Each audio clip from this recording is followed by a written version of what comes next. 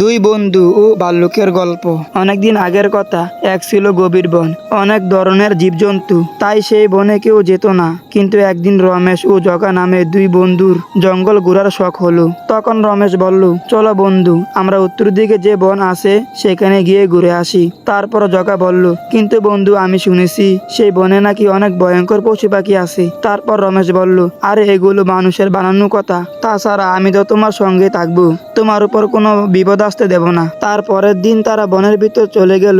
ঘুরতে ঘুরতে রমেশ বলল, দেখছো বন্ধু, এই বনে ভয়ের কিছু নেই, নিশ্চিন্তে সারা বন ঘুরে বেড়াও। ঠিক সেই সময় তাদের কানে এক ভয়ঙ্কর জন্তুর আওয়াজ এসে পৌঁছালো। তখন জগা বলল, এটা কিসের আওয়াজ? তারপর রমেশ বলল, আরে কিসের ভয়, আমি তো তোমার সাথে আছি, আমি বলছি তো তোমার উপর কোনো বিপদ আসতে দেব না। তখন জগা দেখে বিশাল এক ভাল্লুক তাদের দিকে এগিয়ে আসছে। তারপর জগা বলল, বন্ধু দেখো, বিশাল এক ভাল্লুক আমাদের দিকে এগিয়ে আসছে। তারপর জগা বলল, চলো আমরা গাছের উপর উঠে বসি, ভাল্লুক তো আর গাছের উপর উঠতে পারে না। তারপর জগা বলল, কিন্তু বন্ধু, আমি তো গাছে উঠতে পারি না। তারপর রমেশ বলল, তাহলে আর কি, আগে নিজের জীবন বাঁচাই, বেঁচে থাকলে না হয় তোমার কথা চিন্তা করব।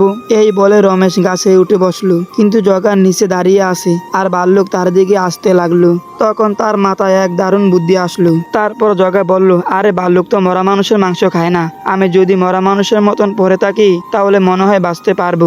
এই বলে জগা মরার মতন সেখানে শুয়ে পড়লো। ভাল্লুক তার কাছে এসে গন্ধ শুকতে লাগলো, কিন্তু শ্বাস বন্ধ করে পড়ে থাকায় ভাল্লুক তাকে মরা ভেবে সেখান থেকে চলে গেল। তারপর রমেশ গাছ থেকে নেমে জগাকে জিজ্ঞাসা করতে লাগলো, বন্ধু, ভাল্লুকটি তোমার কানে কানে কি বলে গেল?